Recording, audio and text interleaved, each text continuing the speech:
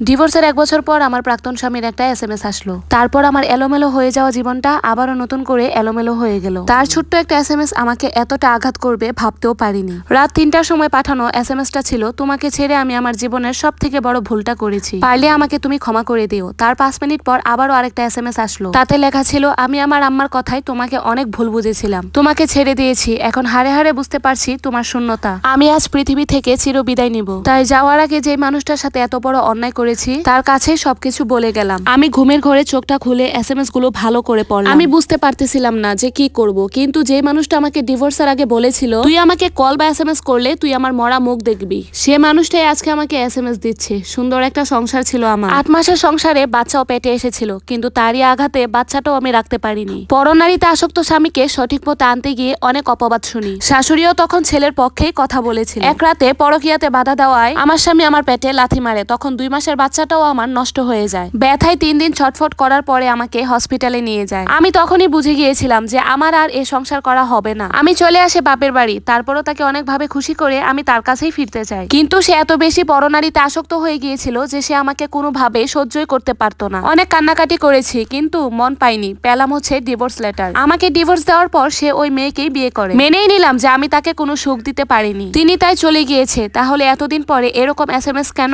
সাথে সাথে আমি তার নাম্বারে কল দিলাম। টানা কল হচ্ছিল, কিন্তু রিসিভার করা হয়নি। বুকের ভেতরটা কেঁপে উঠলো। কি হলো তার? সে তো এত সহজে ভেঙে পড়ার মতো পুরুষ না। তাহলে কেন এই SMS? ছটফট করতে করতে রাত 3টা 30 মিনিটে শাশুড়ির নাম্বারে কল দেই। এই মানুষটার জন্যই আজ আমার সংসার নেই। তবুও কল দিয়ে যাচ্ছিলাম। দ্বিতীয়বার কল দেওয়ার পর সে কর্কশ কণ্ঠটা আবারও শুনতে পেলাম। কল ধরে বলে উঠলো, তুমি কি মনে করে আবারও এতদিন পর কল দিলা? কোন মতলবে? আমি বললাম, আপনার ছেলে কোথায়? উনি বলল, কেন, এখনো কি তুমি আমার ছেলের পিছু ছাড়োনি? ছেলে ভালো আছে তার বউ নিয়ে, আমাকে কল দিয়েছো এত রাতে কোন মতলবে? আমি বললাম যে এসব কথা রাখেন আগে, সে কোথায় তা বলেন। শাশুড়ি বলল যে সে তার রুমে ঘুমাচ্ছে। আমি বললাম যে তাড়াতাড়ি আপনি তার রুমে যান, কোনো অঘটন ঘটার আগেই আপনি তার কাছে যান, আমি লাইনে আছি। কি মনে করে জানি শাশুড়ি গেল, গিয়ে দরজায় অনেক নক করলো, কিন্তু কোনো সারা শব্দ নেই। অনেকবার জোরে জোরে ডাকার পরেও কোনো সারা শব্দ নেই। তখন শাশুড়িও ভয় পায়। তখন অনেক রাত, সবাই ঘুমে। ডাকাডাকি শুনে আমার শ্বশুর, দেবর, পাশের বাড়ির সবাই উঠে যায়। দরজা ভাঙার শব্দ শুনছিলাম। মজবুত দরজাটা ভাঙতে